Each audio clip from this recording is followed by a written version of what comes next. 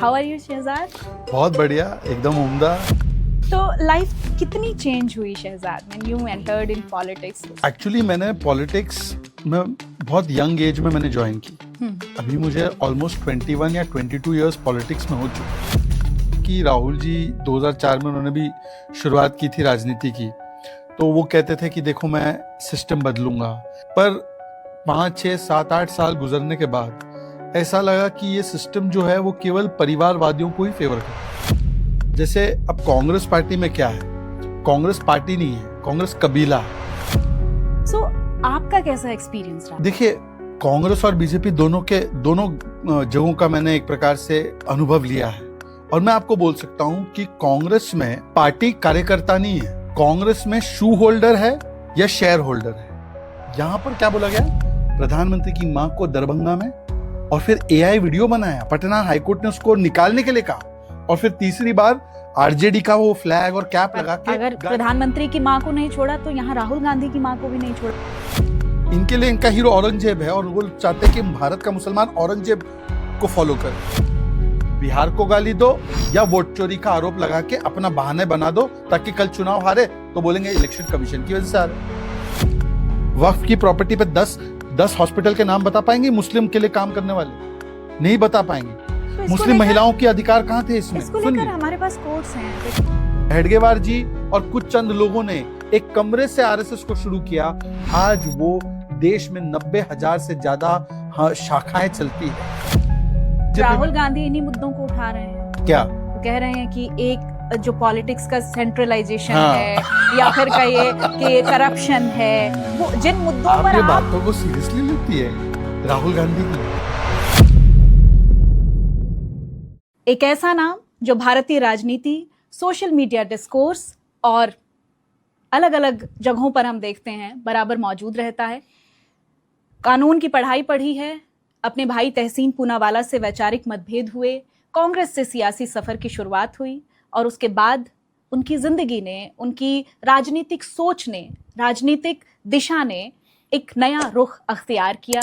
हमारे साथ हैं शहजाद पूनावाला। शहजाद से हम तमाम मुद्दों पर बातचीत करेंगे, उनके कुछ निजी अनुभव भी जानेंगे, राजनीतिक अनुभव भी जानेंगे, क्योंकि राजनीतिक सोच एक दिशा और दशा बदलती है आने वाली पीढ़ियों के लिए भी, और युवा सोच उसमें एक महत्वपूर्ण रोल अदा करती है। युवा प्रतिनिधित्व उसमें एक बहुत बड़ा रोल अदा करता है। शहजाद से इन तमाम मुद्दों को लेकर हम बातचीत करेंगे हमारे चैनल युग चरण में। तो शहजाद पूनावाला हमारे साथ हैं। How are you Shehzad? बहुत बढ़िया, एकदम उम्दा। आपके साथ आपके इस अच्छे चैनल पे मुझे फिर से अपनी बात रखने का मौका मिला, तो बहुत बहुत धन्यवाद आपका। और देखिए, ऐसा है कि आप हरियाणा से हैं, तो दूध दही का खाना ये मुझे बड़ा पसंद है, इसलिए मेरा वजन भी बढ़ चुका है। नाइस, बट नहीं, अभी कुछ रीसेंट डेज में मैं देख रही हूँ कि आपने कई लोग वेट मुझे को कंट्रोल कहते किया है। नहीं, हाँ वो तो कंट्रोल करना पड़ता है, पर कई लोग को लगता है कि मैं हरियाणा से हूँ मेरे लुक्स को आपको देखकर। हट्टा कट्टा देके। बिल्कुल। तो मुझे तो अच्छा लगता है, हरियाणा का खाना भी बहुत पसंद है मुझे। तो क्या खाना पसंद है आपको हरियाणा? मुझे मोस्टली मतलब आई डोंट नो अगर हरियाणा में पराठा कहेंगे, पर दाल और चूरमा जो है हमारा, वो बड़ा ट्रेडिशनल डिश मानी जाती है हरियाणा की। खाया आपने कभी? हाँ मैंने खाया है, पर राजस्थानी भी चूरमा बाटी सिमिलर टू दैट। तो वैसे मोस्टली तो लस्सी पीता हूँ, और जो हरियाणा के हाईवेज पे वो सारे ढाबे होते हैं, उसमें वो बड़े बड़े पराठे मिलते हैं। बिल्कुल, वो मुझे बड़ा पसंद है। तो जब भी हरियाणा आउटिंग होती है या गुरुग्राम जाते हैं, तो वहाँ पे पराठे और वो सारी चीजें खाते रहता हूँ मैं।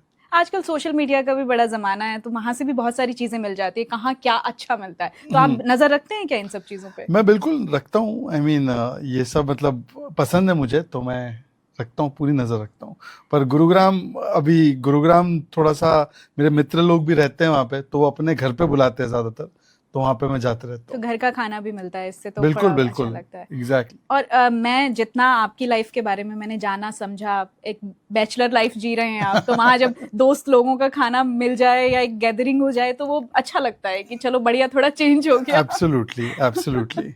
तो लाइफ कितनी चेंज हुई Shehzad when you entered in politics? मैं थोड़ा सा फ्लैशबैक में ही जाऊं, जब कांग्रेस से आपने शुरुआत की अपने सफर की, तो क्या एक इंस्टिंक्ट था जिसने आपको कांग्रेस में एंटर करने के लिए बाध्य किया कि मैं यहाँ हो सकता हूँ और कंफर्टेबल हो सकता हूँ? एक्चुअली मैंने पॉलिटिक्स में बहुत यंग एज में मैंने ज्वाइन की। अभी मुझे ऑलमोस्ट 21 या 22 इयर्स पॉलिटिक्स में हो चुके हैं। मेरी उम्र ज़्यादा नहीं है, पर 22 इयर्स तो मैंने बहुत कम एज में शुरू किया, अबाउट 14-15 में। तो 14-15 हाँ, एनएसयूआई ज्वाइन कर ली थी मैंने। स्ट्रेंज। स्टूडेंट्स विंग जो है, स्टूडेंट्स यूनियन जो है, उसमें मैं पहले चला गया था। तो वहाँ पे तब बड़े राष्ट्रीय पॉलिटिकल इश्यूज पे राजनीति नहीं होती थी, अच्छा। स्टूडेंट्स इश्यूज पे होती थी। हालांकि महाराष्ट्र में और खास करके पूना यूनिवर्सिटी में कोई स्टूडेंट चुनाव नहीं होते यूनिवर्सिटी में, पर जैसे स्टूडेंट के विषयों को उठाना, कोई हॉस्टल में इशू हो गया या कहीं पे मार्क्स को लेकर इशू हो गया, तो ये सारी चीज़ों में हम लोग इन्वॉल्व रहते थे और स्टूडेंट एक्टिविज्म में मैंने शुरुआत की। और इसलिए एनएसयूआई ज्वाइन किया, इसलिए कांग्रेस के स्टूडेंट विंग को ज्वाइन की, क्योंकि हिस्ट्री टेक्स्ट बुक्स में जो भी हम पढ़ते थे 10वीं 11वीं कक्षा में, जो भी मैंने पढ़ा, मुझे तो ऐसा ही लगा कि कांग्रेस ने सब कुछ किया है देश के लिए, और कांग्रेस में भी प्रथम परिवार ने सब कुछ किया है। बाकी लोगों का नाम ही नहीं होता था कि भाई बिरसा मुंडा जी का क्या कंट्रीब्यूशन है, बाकी के महानायकों का क्या कंट्रीब्यूशन है। तो हमको भी लगा कि भाई कांग्रेस पार्टी इतनी महान पार्टी है, सब कुछ कांग्रेस और गांधी परिवार ने ही किया है। ये वो ज़माना था जिस ज़माने में सोशल मीडिया, इंटरनेट, अब आज तो मेरे पास 3-3 फ़ोन है, हम लोग 3-3 फ़ोन पे इंटरनेट लगातार देखते हैं, ग्रॉक और गूगल और सब चीज़ इस्तेमाल करते हैं। पर तब तो इतना उस ज़माने में नहीं था इंटरनेट एक्सेस। घर पे बैठ के डेस्कटॉप पे अगर कर लिया तो कर लिया, तो इतना गूगल करके कुछ जानकारी प्राप्त नहीं होती थी। तो टेक्स्ट बुक से पढ़ने पर लगता था कि कांग्रेस ने सब कुछ किया है। तो वहां से इम्प्रेस हुए आप? वहां से इम्प्रेस हुआ, पर जो इम्प्रेशन था, जो परसेप्शन था, और रियलिटी जो थी, उसमें बड़ा अंतर था। मतलब ये तो पता था कि चलो कांग्रेस पार्टी में गांधी परिवार का दबदबा है, पर हम लोगों को हमेशा लगता था कि राहुल जी 2004 में उन्होंने भी शुरुआत की थी राजनीति की, तो वो कहते थे कि देखो मैं सिस्टम बदलूंगा, एनएसयूआई बदल दूंगा, इंडियन यूथ कांग्रेस बदल दूंगा, उसमें यंग लोगों को मौका मिलेगा, मेरिट पे मौका मिलेगा, परफॉर्मेंस पे मौका मिलेगा, परिवार से होने से नहीं होगा, आपको एक्चुअल में ग्रास रूट लोगों को हम मौका देंगे। पर 5, 6, 7, 8 साल गुजरने के बाद ऐसा लगा कि ये सिस्टम जो है वो केवल परिवारवादियों को ही फेवर करता है। और इसमें आप देखो, एनएसयूआई हो, यूथ कांग्रेस हो या मेन कांग्रेस हो, वहाँ पर जो परिवार के लोग थे, मतलब अगर राहुल गांधी के फादर के कोई मित्र है तो उन्हीं के बेटे आगे बढ़ते हैं, उन्हीं की बेटी आगे बढ़ती है, और हम जैसे लोगों को कभी मौका नहीं मिला। ऐसा तो बीजेपी में भी है। नहीं, ऐसा बीजेपी में नहीं है। बीजेपी में कोई भी पद किसी एक परिवार के लिए फिक्स्ड नहीं है। जैसे मैं आपको बताता हूँ, कांग्रेस और बीजेपी में मेन अंतर जो है, मैं हमेशा बताता हूँ कि कांग्रेस में परिवार ही पार्टी है और बीजेपी में पार्टी परिवार की तरह है। अब बीजेपी जब से बनी है 1980 से आज 2025, अटल जी उसके प्रेसिडेंट है, अडवाणी जी रहे, राजनाथ जी रहे, नड्डा जी है, अमित जी रहे। आप देखिए, किसी के बेटा या बेटी होने से आप प्रेसिडेंट नहीं बनते पार्टी के। पर आप समाजवादी पार्टी, मुलायम सिंह यादव जी, उसके बाद अखिलेश यादव जी, उनके बाद उनके बेटे। शहजाद, बेनिफिट मिलता है जब आपका कोई पॉलिटिकल एक लेगेसी है आपके पास, तो आपके बेटा या बेटी जब पॉलिटिक्स में एंटर करते हैं तो क्या वो लेगेसी उनके साथ नहीं होती? क्या वो बेनिफिट नहीं मिलता है क्या? नहीं, वो आप बहुत सारे एग्जांपल्स हैं। आप बांसुरी स्वराज को देख लीजिए, आप वसुंधरा राजे के बेटे को देख लीजिए, तो बहुत सारे। देखिए, आपकी बात बिल्कुल सही है। आपके फादर बड़े पत्रकार हैं, करेक्ट? तो इसका मतलब ये नहीं है कि as a daughter of such a big journalist आप जर्नलिज्म में नहीं आ सकती। आप भी आ सकती, और इसका आपको फायदा भी होगा। आपने अपने फादर के करियर को देखा है, कितनी उन्होंने मेहनत की। पर अगर ऐसा होता कि दहिया साहब ने जहां काम किया है, दैनिक भास्कर में भी थे, अब दैनिक भास्कर में जो वो रिपोर्टिंग करते थे, उनके बाद उन्हीं की बेटी को मिलेगा वहां पे चांस। अब दैनिक भास्कर भी ज्वाइन कर सकती हो, पर वहां पे रिजर्वेशन नहीं हो सकती कि दहिया साहब के बाद उनकी बेटी उनकी जगह लेगी। या अभी आप एंकरिंग करती थी, हम दोनों एक ही चैनल में रहे, आपके शो के आपकी मान लो कल बेटी हो या बेटा हो, वो जर्नलिज्म में आना चाहे, हो सकता है, आपके चैनल को भी ज्वाइन कर सकता है। पर ऐसा अगर नियम हो जाए कि मेरे बाद 5 बजे का शो वही करेगी, उसको बोलते हैं परिवारवाद। कोई परिवार से हो, उसका राजनीति में आना या उसका डॉक्टरी में जाना या लॉयर बनना या लेकिन बहुत सारे सॉरी टू इंटरप्ट, बहुत सारे पॉलिटिशियन क्या दबाव नहीं बनाते हैं टिकट्स को लेकर? जब चुनाव होते हैं तो अगर हमारे बेटे को टिकट नहीं मिलेगी हम पार्टी छोड़ देंगे, क्या वो एक प्रेशर? ये दबाव जो है, जैसे अब कांग्रेस पार्टी में क्या है, कांग्रेस पार्टी नहीं है, कांग्रेस कबीला है।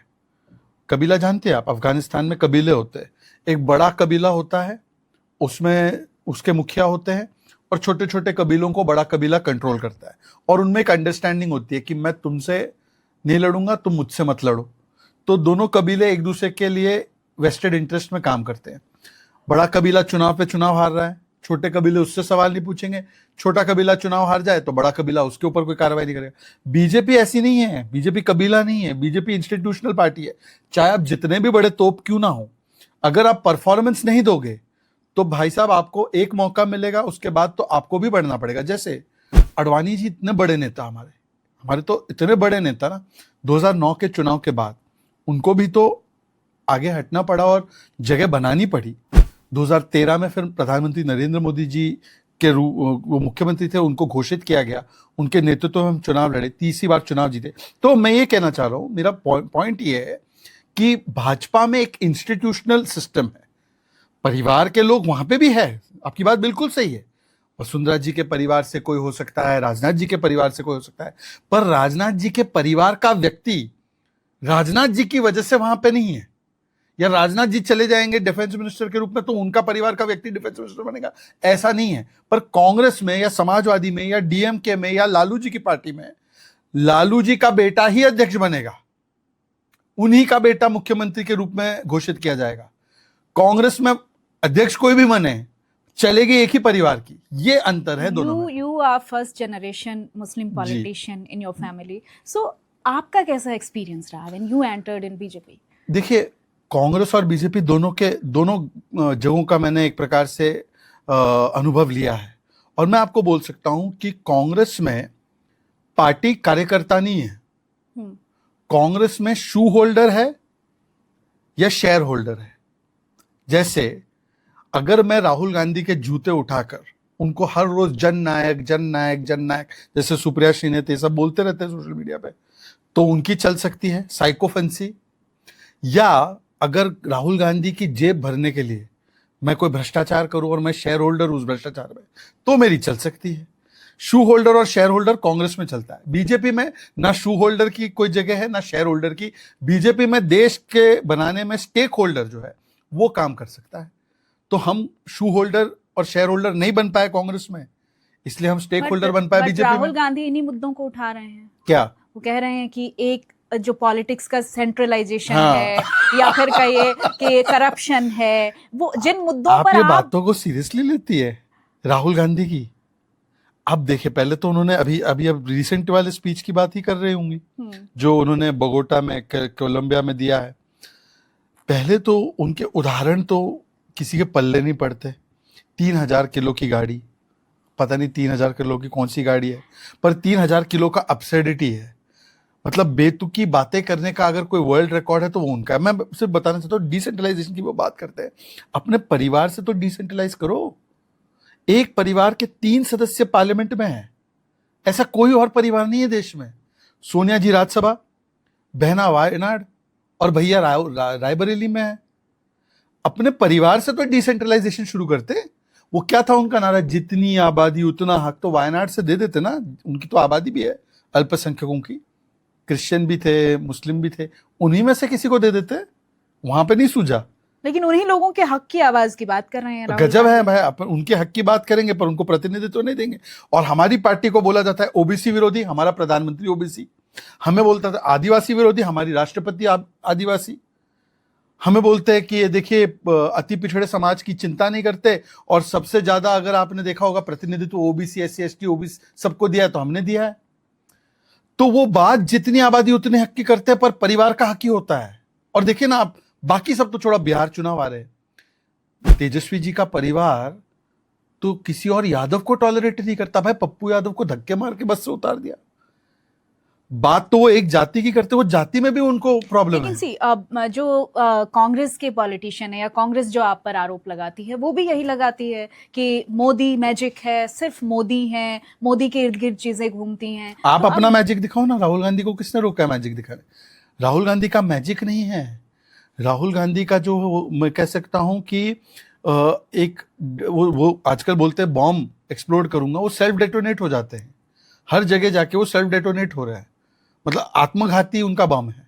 But don't you think Shehzad after Bharat Jodo Yatra और बहुत सारे अभी जो एक इनिशिएटिव्स लिए हैं उससे एक पोर्ट्रेयल चेंज हुआ है, पोर्ट्रेयल जो देखिए- है राहुल गांधी का, जो एक पप्पू वाली इमेज जो लगातार आरोप लगता रहा बीजेपी की तरफ से भी, वो एक ब्रेक हुई है कहीं ना कहीं, उनको एक सीरियस लीडर के तौर पर लोगों ने लेना शुरू कर दिया.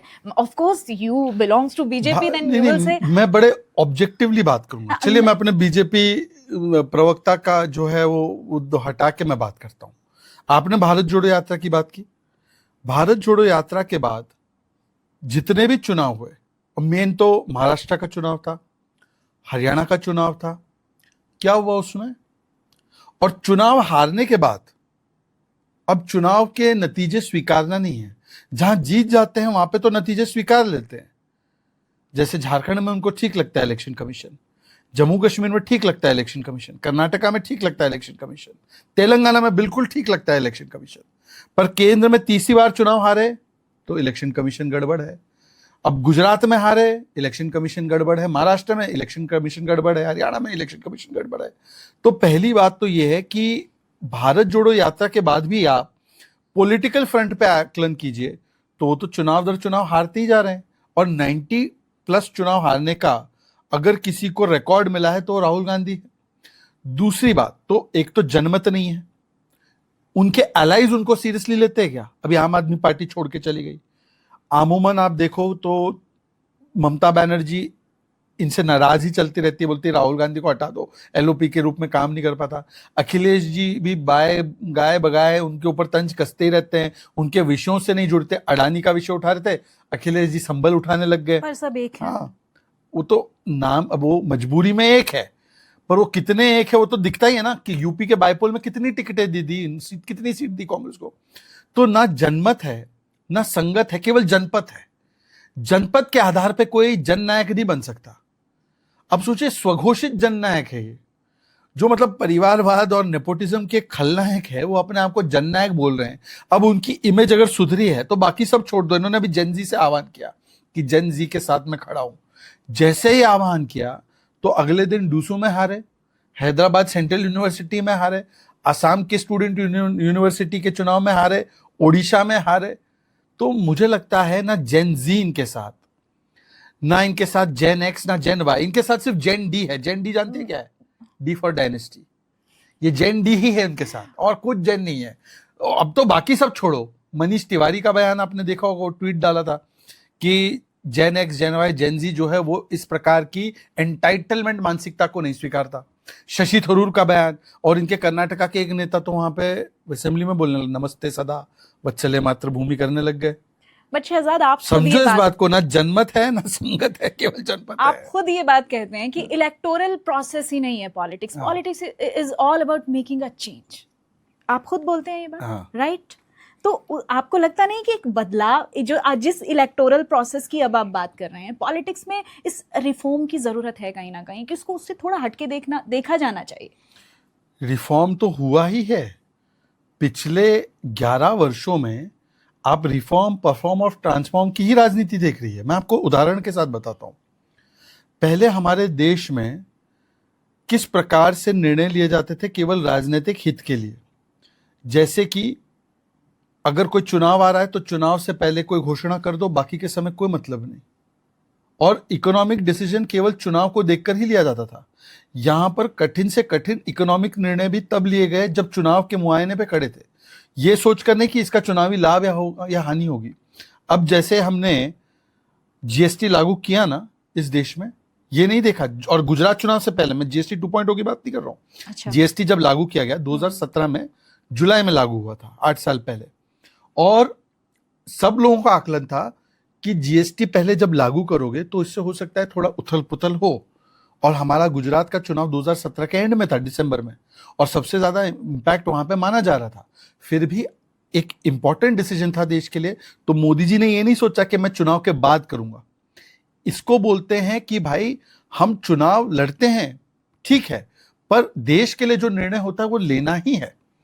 उसके बाद आप देखिए, पहले हम लोग क्या करते थे, आतंकी हमला होता था, जीएसटी पे आप बात करें, जीएसटी 2.0 को लेके भी बहुत सारी दुविधाएं हैं। क्या? आपको लगता नहीं कि बहुत सारी चीजों को हम समझाने में थोड़ा विफल हो जाते हैं? चीजें तो नहीं आ जाती हैं, बट पब्लिक डोमेन में जब वो चीजें आती हैं देखिए, तो कहीं ना कंफ्यूजन आते हैं। नहीं, किस प्रकार से कंफ्यूजन है। अब आम आदमी जो पहले 1 लाख रुपए का कोई सामान खरीदता था 2014 से पहले, तो उसका टैक्स के रूप में 25,000 रुपए जाता था। आज वही 1 लाख रुपए की चीजें अगर वो आम आदमी खरीदेगा, मैं उसका मतलब कंजम्पशन जो भी करेगा, मान लो कि टूथपेस्ट खरीदेगा, शैम्पू खरीदेगा, तेल खरीदेगा, खाने पीने की चीजें खरीदेगा, हेल्थ की सर्विसेज खरीदेगा, तो आज उसका टैक्स 5,000 रुपए है। ये आम आदमी को फील हो रहा है ना। पहले आप 2 लाख रुपए पे टैक्स भरना पड़ता था। इनकम टैक्स अगर 2 लाख से ऊपर हो तो आप टैक्स ब्रैकेट में आ जाते थे। आज 12 लाख तक कोई टैक्स नहीं है। आम आदमी को फील नहीं होगा। पहले 10 से 12% इन्फ्लेशन रेट गया था अपना 2010 से लेकर 2013 तक। अगर आप इन्फ्लेशन रेट देखोगे तो हर महीने 10% से ऊपर। आपको पता है पिछले महीने का सीपीआई, जो consumer price index, retail inflation जिसको बोलते हैं, जो हम आप और मैं जैसे लोग जिनको मतलब डायरेक्टली इफेक्ट होता है, वो 1 या 2% पे है। One of the lowest inflation rates है। पहले हमारी पब्लिक सेक्टर बैंक्स की क्या स्थिति हो गई थी? एसबीआई नुकसान में चलती थी, एलआईसी जैसी कंपनी नुकसान में जाती थी। आज वही एसबीआई सबसे ज्यादा प्रॉफिटेबल कंपनी बनी और पब्लिक सेक्टर बैंक्स ने 1 लाख करोड़ का मुनाफा कमाया है 10 साल में। कॉमन मैन के भीतर एक सवाल भी है कि मान लीजिए मैं कॉफी का बिजनेस कर रही हूँ, कॉफी के बिजनेस में मैंने जो चीजें जुटाई, जो चीजें चाहिए होती हैं उसके लिए, उस पर जो मुझे टैक्स देना पड़ रहा है वो ज्यादा है, और जब मैं कॉफी बेच रही हूँ तो उस पर कम है। तो बहुत सारी चीजें, यहाँ थोड़ा कंफ्यूजन है लोगों को लागत और बचत को लेकर। अभी भी पीपल आर कंफ्यूज। देखिए, अगर आप देखेंगी, थोड़ा सा इसको प्रॉपर्ली एनालाइज कीजिए। पिछले 11 सालों में 25 करोड़ लोग गरीबी से बाहर आए। हमारी पर कैपिटा इनकम दुगनी हुई है। हमारी अर्थव्यवस्था 11वें से चौथे स्थान पर आई है, जो 11वें स्थान पर ही लुढ़क रही थी एक समय पे। 50 करोड़ लोगों के बैंक अकाउंट खुले। 50 करोड़ लोगों को आयुष्मान भारत का हेल्थ कवर मिला, और वो हेल्थ कवर ऐसा है जिससे कि 1 लाख करोड़ की आउट ऑफ पॉकेट एक्सपेंडिचर जो हेल्थ पे होती थी वो बच गई। हमने 11 करोड़ टॉयलेट और 11-12 करोड़ हमने नल से जल बिठाए। आप बोलोगी नल और इससे क्या मतलब है? इससे सैनिटेशन और जो हेल्थ के ऊपर एक्सपेंडिचर होता था, आपके घर में टॉयलेट ना हो, आपके ऊपर बहुत सारी हेल्थ की इश्यूज आती है। और महिलाओं की सुरक्षा को लेकर, क्योंकि महिलाओं को या तो बहुत सुबह जाना पड़ता था शौचालय या रात को, उनकी सुरक्षा को लेकर इससे सेविंग 70 से 80 हजार रुपए की घर की सेविंग हुई। मैं आपको 2 आपके लिए उदाहरण देता हूं, 2 जो आपको पक्का समझ में आएगा। हमारे देश में पहले सबसे बड़ा खर्चा महंगाई जिससे होती है या जो आफत लाता है किसी पे, वो होती है मेडिसिन की। हमने देश में भी पिछले 11 साल में जन औषधि केंद्र खोले। इसका मतलब ये है कि मान लो हमने फाइजर की या कोई बड़ी कंपनी की दवाई लेते हैं हम, वो 100 रुपए की पट्टी आती है स्ट्रिप, जेनेरिक उसके अंदर कुछ केमिकल या ड्रग्स जो होते हैं। उसी प्रकार की जन औषधि केंद्र में आपको बिना ब्रांड की ड्रग, जेनेरिक ड्रग जिसको बोलते हैं, वो 20 रुपए में मिलेगी। इससे आउट ऑफ पॉकेट एक्सपेंडिचर, जो जेब से आदमी अपने हेल्थ पे खर्चा करता है, वैसे तो 50 करोड़ लोगों को हमने 5 लाख का कैशलेस कवर दिया है आयुष्मान भारत में, तो टर्शरी केयर का भी जो है हॉस्पिटल, अच्छे हॉस्पिटल में करा सकते हैं। पर सुन लीजिए, अब ये 80% डिस्काउंट जन औषधि केंद्र में मिलता है। अभी हमने जीएसटी 2.0 में 33 लाइफ सेविंग ड्रग्स का जो है जीएसटी 0 कर दिया। उसके अलावा डायग्नोस्टिक किट्स, जैसे आपके कोविड के समय जो लगते थे या डायबिटीज के लिए लगते, उसके ऊपर हमने जीएसटी कम कर दिया। और दूसरा एग्जांपल तो आपके लिए बहुत रेलेवेंट है। 2014 से पहले 1 GB डेटा आता था 300 रुपए का। आज वही 1 GB डेटा 10 रुपए का है। एक आम, अगर आप कंजम्पशन देखेंगे इंटरनेट का डेटा कंजम्पशन, तो लगभग 150 GB कंज्यूम करते हैं पर कैपिटा में जो बोलूं। अब आप गिनिए कि 150 GB इंटू 300 रुपया होता तो कितना आपके जेब से जाता, कितना जाता? करिए मैथ्स, 45,000। आज वही 150 GB अगर you are consuming at the rate of 10 rupees, you are paying 1500। कहां 45,000 रुपीज, कहां 1500 रुपए। और ये भी नहीं है, ये फोन भी जो है ये हम 95% इंपोर्ट करते थे 2014 से पहले। आज हम अपने खुद के फोन, मोबाइल फोन असेंबल करते। 2 फैक्ट्री थी पहले, आज 200 से अधिक फैक्ट्री है। तो मोबाइल फोन के दाम सस्ते हुए, इसलिए तो सोशल मीडिया का इतना बड़ा उभार हुआ। आप लोग और बाकी लोग, इतने सारे यूट्यूब चैनल्स इतना क्यों कंज्यूम हो रहा है भारत में? क्योंकि फोन सस्ते हुए, इंटरनेट कनेक्शन सस्ता हुआ, घर घर तक इंटरनेट पहुंच गया है, ब्रॉडबैंड कनेक्टिविटी पहुंच गई है, इंटरनेट पेनिट्रेशन बढ़ा है, दाम सस्ते हुए, स्पीड हमारी देश में इंटरनेट की जो स्पीड है ना 5G की, one of the fastest and one of the cheapest पूरी दुनिया में। यूपीआई ट्रांजैक्शन कितना बढ़ा है? आपने लास्ट कैश ट्रांजैक्शन कब किया? ईमानदारी से बताओ, लास्ट कैश ट्रांजैक्शन कब किया? Right, I agree. आपके फादर इनलाइन खड़े रहते थे, आप सब ऑनलाइन करने लगी हो। हाँ, नहीं ये बिल्कुल आप ठीक तो कह रहे हैं ये शहजाद। बदलाव है, रिफॉर्म है, रिफॉर्म है अनडाउटेडली। और विरोध किसने किया? हर चीज पे यूपीआई का भी विरोध चिदम्बरम जी ने किया था। हम आतंकवाद के खिलाफ कार्रवाई करें उसका विरोध कांग्रेस करती है, जीएसटी का विरोध जो खुद लाती थी उसका विरोध। तो कांग्रेस पार्टी का कुछ चेंज नहीं हुआ पिछले 11 वर्ष में, विरोध पे विरोध, बहिष्कार पे बहिष्कार ही करते हैं। नहीं, इंफ्रास्ट्रक्चर पे, एजुकेशन पे अगर इतना सारा काम हुआ है तो फिर जो लोग हैं वो कैसे कन्विंस हो जा रहे हैं कि कौन कन्विंस हो रहा है उनकी बातों से? मूल मुद्दों से हटकर आप आपके प्रदेश में कोई कन्विंस हुआ उनकी बातों से? आपके प्रदेश में बताइए, पिछली बार तीसरी बार सरकार किसने बनाई थी? एक समय था, आप शायद अपने फादर से पूछना, बीजेपी को हरियाणा में एक बार सरकार बनेगी, ये बड़ी बात थी, बिल्कुल बड़ी बात। अब मुझे बताओ, एक सेकंड ईमानदारी से बताओ, 2007-8 में बीजेपी कहां थी हरियाणा में? कहीं नहीं। अच्छा, फिर उसके बाद सरकार पहली बार कब बनी हमारी? 14 में, उसके बाद 19 रिपीट, और अब तीसरी बार सरकार। किसी ने सोचा था कि बीजेपी हरियाणा में 3 बार सरकार बनाएगी? ईमानदारी से दिल पे हाथ रखकर। अच्छा, एक बार सरकार बनना, मैंने हरियाणा की पॉलिटिकल हिस्ट्री को पढ़ा, मैं केवल एक ही लाइन ऐड करना था, तो फिर आप उससे पूछो। एक बार चलो मान लो कि वो लोग बोलते कि यार किसी ने बहुत खराब काम किया तो किसी और को मौका देते, तो हो सकता है कि एक बार तो सरकार बन जाए। पर हमारी सरकार एक बार नहीं बनती, हमारी सरकार रिपीट पे रिपीट, जैसे हरियाणा में रिपीट हुई तीसरी बार, महाराष्ट्र में तीसरी बार, असम में 2 बार, त्रिपुरा में 2 बार, गोवा में 3 बार, गुजरात में तो अनेकों बार, मध्य प्रदेश में 20 साल से सरकार। इसका मतलब यह है कि लोग हमारे काम से कन्विंस हो रहे हैं, केवल हमारे घोषणाओं से नहीं। चलो घोषणा करके एक बार सरकार जैसे बना देते, कई लोग आते हैं घोषणा करते तो सरकार बन गई, पर अगर सरकार रिपीट हो रही है आफ्टर 5 years, आफ्टर 10 years, मतलब कुछ तो काम कर रहे हैं ना। और कांग्रेस की पता है 2011 से कोई भी प्रदेश में, बड़े प्रदेश में सरकार रिपीट नहीं हुई है। अच्छा, उनके खटाखट वादों का क्या हुआ? हिमाचल में बोला था ना 1500 रुपए महिलाओं को देंगे, क्या हुआ? कर्नाटका में बोला था कि बहुत चीजें कर देंगे फ्री, वहां पे तो पॉटहोल के आगे बात ही नहीं बढ़ पा रही। और कौन लड़ रहा है सीट के लिए कि मैं बनूं मुख्यमंत्री, मैं बनूं? तेलंगाना में क्या हाल है इनका?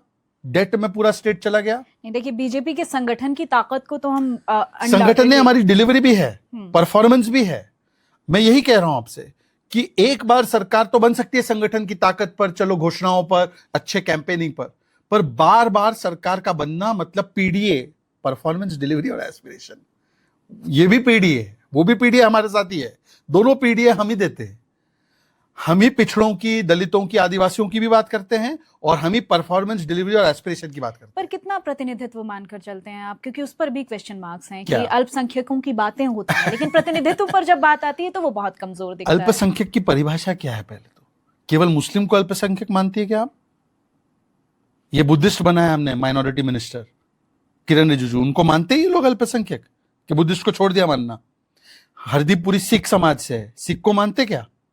पहली बार माइनॉरिटी कमीशन का अध्यक्ष लालपुरा जी है, जो बहुत बड़े ऑफिसर भी रहे पंजाब के, सरदार जी है। उनको मानती है क्या कि केवल मुस्लिम ही है अल्पसंख्यक? सेकंड बिगेस्ट मेजॉरिटी है मुसलमान। इनके मन में कभी पारसी अल्पसंख्यक नहीं होता, इनके मन में जैन अल्पसंख्यक नहीं है, इनके मन में बुद्धिस्ट अल्पसंख्यक नहीं है, वरना ये नहीं पूछते पारसी एमपी कितने बनाए।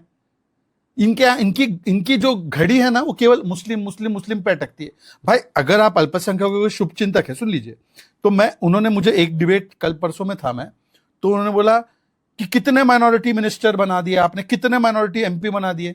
तो मैंने बोला आप बता दो आपने पारसी एमपी कितने आपके? तो इसका मतलब कांग्रेस पारसी विरोधी है क्या? जैन कितने एमपी आपके? कांग्रेस जैन विरोधी? वो तो माइक्रो माइनॉरिटी है ना, माइक्रो माइनॉरिटी की कोई बात नहीं कर रहा, सेकंड बिगेस्ट मेजॉरिटी के पीछे सब लगे। अच्छा, उसकी भी बात कर लेते, मुस्लिम वाले उसी पे इशू पे अटकते हैं ये लोग। आप गुजरात और बंगाल, 2 स्टेट कंपेयर करो। गुजरात सबसे कम्युनल स्टेट, क्योंकि केवल बीजेपी की सरकार, आप सिर भी हिला रही है, और बंगाल सबसे सेकुलर स्टेट, वहां पे बीजेपी कभी नहीं आई, ठीक है। अब मैं सिर्फ इतना पूछना चाहता हूं आपसे कि गुजरात और बंगाल के मुसलमान में गरीब ज्यादा कौन है? प्रॉस्परस ज्यादा कौन है, फाइनेंशियल इंक्लूजन किसकी ज्यादा है, बैंक अकाउंट किसके ज्यादा है, इनकम लेवल किसकी ज्यादा है, पब्लिक सेक्टर जॉब में किसकी ज्यादा भागीदारी है, सब गुजराती मुसलमान की है। क्यों? इसका मतलब कि वहां पे डिलीवर हुआ है। और बंगाल में जहां पे सेकुलरिज्म की गंगा बह रही है, वहां पे तो गरीबी में पड़ा हुआ है यहाँ क्या मुसलमान। प्रॉब्लम है? इस यहाँ क्या प्रॉब्लम है कहाँ कि हम problem है? बहुत ज्यादा हिंदू और मुस्लिम में क्यों बटे हुए हैं? हम नहीं आयल बटे हुए। मोहम्मद, जब कांवड़ यात्रा होती है तो उसमें हम देखते हैं कि इतने बवाल मचते हैं, बेवजह के मुद्दे जो हमें लगता है कि हिंदू कहीं ना कहीं रिलीजन के नाम पे बांटने की कोशिश शहजाद हो नहीं रही है क्या हमारे देश? देखिए, ऐसा है कि कौन कर रहा है ये कोशिश अकॉर्डिंग? मैं आपको उसका उदाहरण देता हूं। आम्बेडकर जी के संविधान को लेकर ये घूमते ना, लाल संविधान लेकर, पढ़ते नहीं है उसमें, सिर्फ घूमते हैं राहुल जी संविधान की कॉपी लेकर। मुस्लिम आरक्षण का लिखा है क्या संविधान में कहीं पे? धर्म के आधार पर आरक्षण दिया जा सकता है? दिया जा सकता है। तेलंगाना और कर्नाटका दोनों जगह ये लोग मुस्लिम आरक्षण की बात करते हैं। प्रधानमंत्री मनमोहन सिंह ने तो बोला था मुसलमानों का पहला अधिकार होना चाहिए संसाधनों पर। उसके बाद जब बजट पेश किया ना कर्नाटका जैसे राज्य में, तो बजट में मुस्लिम के बजट की अलग प्रावधान किए गए। और कॉन्ट्रैक्ट में भी अब ये नहीं देखा जाएगा कि रोड कौन इंजीनियर बना रहा है, कौन कंपनी बना रही है, मुस्लिम को पहले रोड बनाने का उसमें से कोटा दिया जाएगा। पर आपकी एक सेकंड, रोड बनाने तक में भी मुस्लिम रिजर्वेशन रखने वाले हिंदू मुस्लिम नहीं कर रहे। और हम जो है, हम बोलते हैं यूसीसी लागू हो, uniform civil code, uniform, not Muslim civil code, not Hindu civil code. हम सांप्रदायिक है जो संविधान की बात करते हैं, और जो आंबेडकर जी के खिलाफ जाके मुस्लिम आरक्षण की बात करते हैं, यूसीसी के खिलाफ बोलते हैं, वो सेकुलर है। ये गजब है। फिर भी मुस्लिमों को कन्विंस नहीं करवा पा रहे। कौन नहीं कन्विंस करवा पा रहा है? आपको लगता नहीं कि मुस्लिम ऐसा अभी है। भी कन्विंस्ड नहीं है बीजेपी से कहीं ना कहीं? कांग्रेस से तो बड़े कन्विंस्ड है ना। कांग्रेस तो उनकी बहुत हमनवा भी है ना। तो एक बार कांग्रेस को बोल दो कि जम्मू कश्मीर के बाहर 1980 से कौन से मुसलमान को इन्होंने मुख्यमंत्री बना दिया? कांग्रेस का और तो इनका मुसलमानों का तो बहुत अच्छा रिश्ता। आप ही बोल रही है ना, हमसे तो चलो खफा है, उनसे तो बहुत अच्छा है। हमने तो वैसे उनकी हज जाने की कैपेसिटी भी बढ़ाई, हमने 3 तलाक को निरस्त किया, मुस्लिम गर्ल्स का जो ड्रॉप आउट रेट 70 से 30% हो गया, माइनॉरिटी बजट बढ़ाया, 80 करोड़ जो राशन दिए या टॉयलेट दिए या आयुष्मान कार्ड दिया या बैंक अकाउंट खोले, उसमें मुहिद और मोहम्मद दोनों को मिला। हमने सब कुछ किया। हमने वोट के लिए नहीं किया। हम वोट के लिए नहीं करते, ना दे वोट। हम इसलिए करते क्योंकि उनकी भागीदारी है, गरीब है, भारतीय है, उनकी भागीदारी है। पर जो लोग वोट के लिए उनको इतने यूज करते हैं, उनसे पूछ लीजिए कि आप तो बड़े हमनवा है, तो क्या किया आपने मुसलमानों के लिए? केवल दंगे, हाशिमपुरा, भागलपुर, मीरठ, मलियाना, नू की स्थिति देखिए आप। गरीबी में पड़े हुए। क्यों पड़े हुए थे? इतने वर्षों से क्या किया कांग्रेस ने उनके लिए? सब जगह जो गेटोज बने, मतलब झोपड़पट्टियां बनी, झोपड़पट्टी में रहने के लिए मजबूर किया। अशिक्षा, गुर्बत, यही तो कांग्रेस ने दिया। और क्या दिया कांग्रेस ने उनको? और फिर इमोशनल इशू। कभी एपीजे अब्दुल कलाम को राष्ट्रपति नहीं बनाया, वो एनडीए ने बनाया है। कभी उस्ताद बिस्मिल्लाह खान को भारत रत्न नहीं दिया, वो हमने दिया। वो तो अपने परिवार को ही भारत रत्न बांट रहे थे। वीर अब्दुल हामिद, जिन्होंने सबसे बड़ा बलिदान दिया देश के लिए, उनके नाम पे आइलैंड हमने रखा, कांग्रेस ने नहीं रखा। ये लोग एपीजे अब्दुल कलाम की समाधि पे नहीं जाते, ये औरंगजेब के जहां पे, वहां पे मजार पे जाके सजदा करते हैं। इनके लिए इनका हीरो औरंगजेब है, और वो चाहते हैं कि भारत का मुसलमान औरंगजेब को फॉलो करे। हम चाहते हैं भारत का मुसलमान एपीजे अब्दुल कलाम को फॉलो करे। तो हम सांप्रदायिक है और वो सेकुलर है। लेकिन जिस तरह की भाषा का इस्तेमाल होता है, आप तो खुद प्रवक्ता हैं, जो आप बहुत सेंसिबल और बहुत तथ्यों के साथ बात करते हैं शहजाद, तो मुझे ऐसा लगता है कि आप जो मैं कहना चाह रही हूँ उसको उस तरीके से समझेंगे भी। आप जाते हैं डिबेट्स में, जिस तरह की भाषा का इस्तेमाल करते हैं प्रवक्ता, और आप उदाहरण दीजिए ना। आपने इतनी डिबेट कंडक्ट करा है, एक उदाहरण दीजिए। नहीं, मैं नाम के साथ अगर दीजिए, उदाहरण क्या है तो उसमें, बात कीजिए। उसमें प्रॉब्लम हो जाएगी। हाँ। लेकिन आप खुद जानते हैं, आप देखिए अब उसको। चलिए, मैं आपकी बात को ऑन रिकॉर्ड लेता हूं। हम तो किसी को भी ये नहीं कहते जस्टिफाइड कि वो किसी के बारे में भी, किसी के मजहब के बारे में भी, किसी के व्यक्तिगत बारे में भी गाली गलौज करे या किसी को भी अपशब्द बोले। जैसे कि अभी 100 वर्ष के उपलक्ष्य पर, विजयदशमी के अवसर पर, आपने सरसंघचालक जी मोहन भागवत जी का बयान सुना होगा। पूरा उनका जो संबोधन था, उन्होंने एक तो पहले अपनी बात शुरू की तो उन्होंने गुरु तेग बहादुर का जिक्र किया कि हम 350वें वर्ष में हैं गुरु तेग बहादुर जी के जन्म जयंती के, तो ये हमारे लिए बहुत ही महत्वपूर्ण वर्ष है। और उसी समय पर गांधी जयंती के दिवस पर हम लोगों का 100 वर्ष पूरा हो रहा है। पर उन्होंने ये भी कहा कि किसी को भी चिढ़ाना गलत बात है, चिढ़ाना भी नहीं चाहिए, अपने या किसी के भी मजहबी चीजों पे बोलना नहीं चाहिए। जैसे एक हमारे सांसद ने गाली गलौज की थी किसी को व्यक्तिगत रूप से, उसी समय पर आप पूरा वीडियो देखिए, बहुत लंबी फहरिस्त है। नहीं लंबी, मैं आपको उदाहरण यही कोट होता है ना कि भाई वो उन सांसद जी का नाम लेते हैं जो पूर्व सांसद थे जिनको इस बार टिकट नहीं मिला, उसी समय पर जब ये गाली गलौज हुई थी, वैसे वो गाली गलौज व्यक्तिगत थी कि वो सामने दिनेश, जो क्या नाम है, दानिश, जो भी नाम था उनका, वो भी सांसद थे, उन्होंने गाली पहले दी थी तो इन्होंने सामने गाली दी, पर उसी समय राजनाथ सिंह जी ने बोला कि हम इसका खंडन करते। पर दूसरी ओर सनातन समाप्त बोलने वाले आज तक माफी मांगे। सनातन बीमारी, हिंदू टेरर, राम जी का अस्तित्व नहीं, राम मंदिर प्राण प्रतिष्ठा नाच गाना है, ये बोलने वाले लोग उसको जस्टिफाई करते हैं। और ये छोटे मोटे नेता नहीं है, डीएमके का ऑफिशियल बयान है, सनातन समाप्त हो जाना चाहिए, सनातन मलेरिया है, सनातन एड्स है। मैं सिर्फ इतना कह रहा हूं, किसी ने एक व्यक्ति को गाली दी, हमने पार्टी के रूप में उसका खंडन किया, वहां पे वो पूरे 100 करोड़ हिंदू समाज को गाली देते हैं, एक बार उनकी तरफ से नहीं आता कि गलत बयानी हुई, और सुप्रीम कोर्ट ने बोला ये हेट स्पीच है।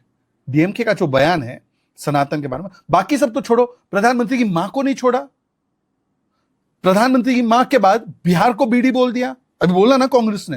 नहीं, पर अगर प्रधानमंत्री की मां को नहीं छोड़ा तो यहाँ राहुल गांधी की मां को भी नहीं छोड़ा। ऐसा है, सुनिए, राहुल गांधी की मां को क्या बोला बताओ, एक तो बताओ उदाहरण। जर्सी गाय, एक सेकंड, अब लॉट मेनी नहीं, we will take whatever examples you want to raise.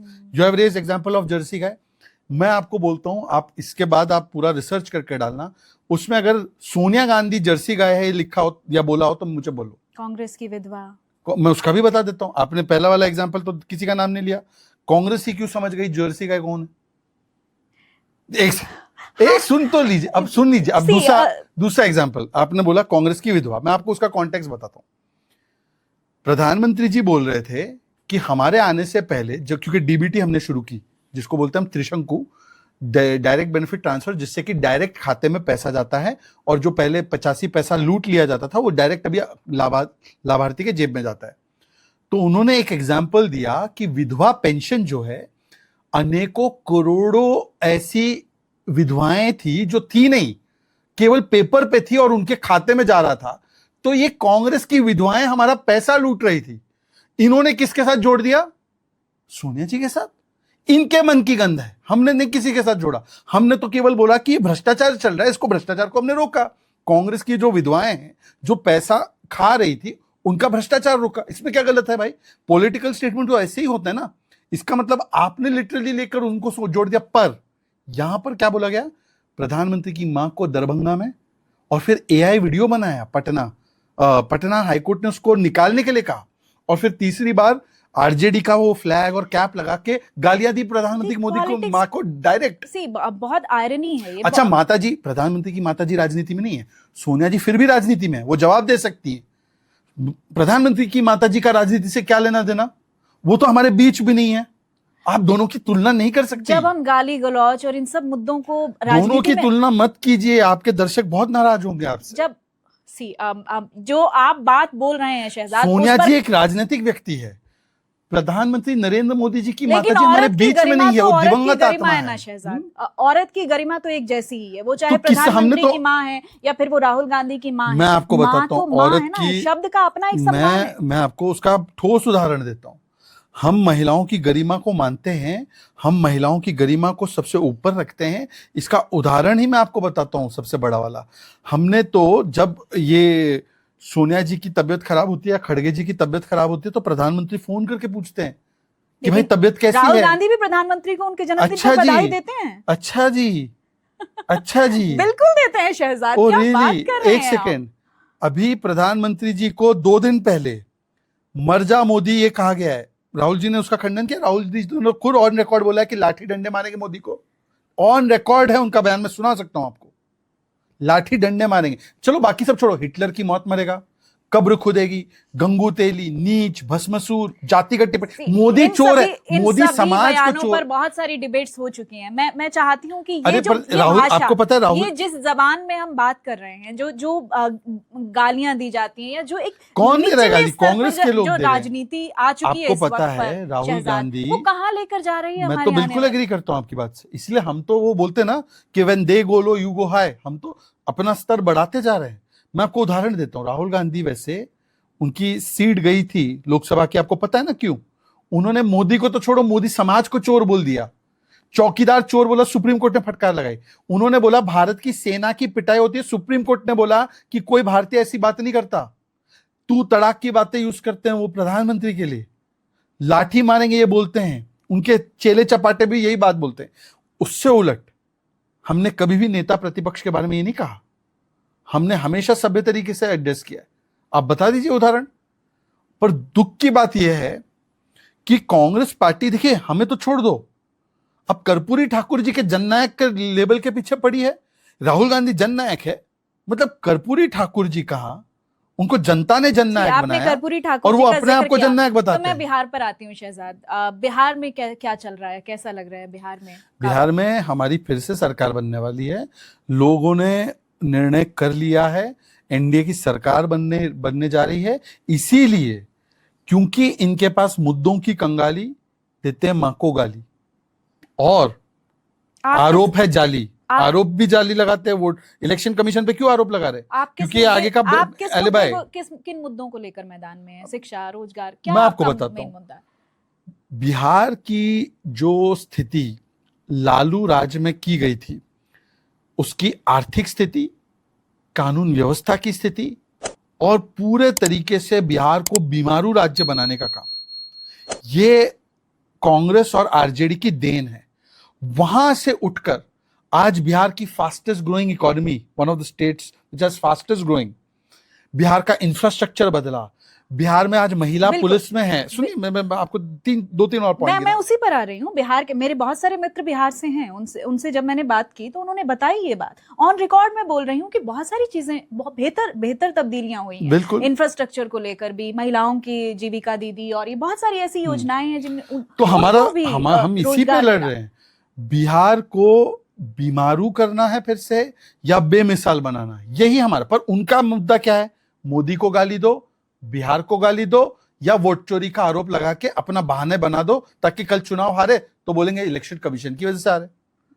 लगातार बिहार को लेकर। अच्छा, मैं आपको एक और, हमने तो नीतीश जी को घोषित कर दिया हमारा चेहरा। अगर इनमें कॉन्फिडेंस होता कि जीतने वाले, तो तेजस्वी जी को किया है? अभी तक नहीं किया। उस पर कुछ नाराजगी की खबरें भी आई। क्यों? कॉन्फिडेंस ही नहीं है उनमें।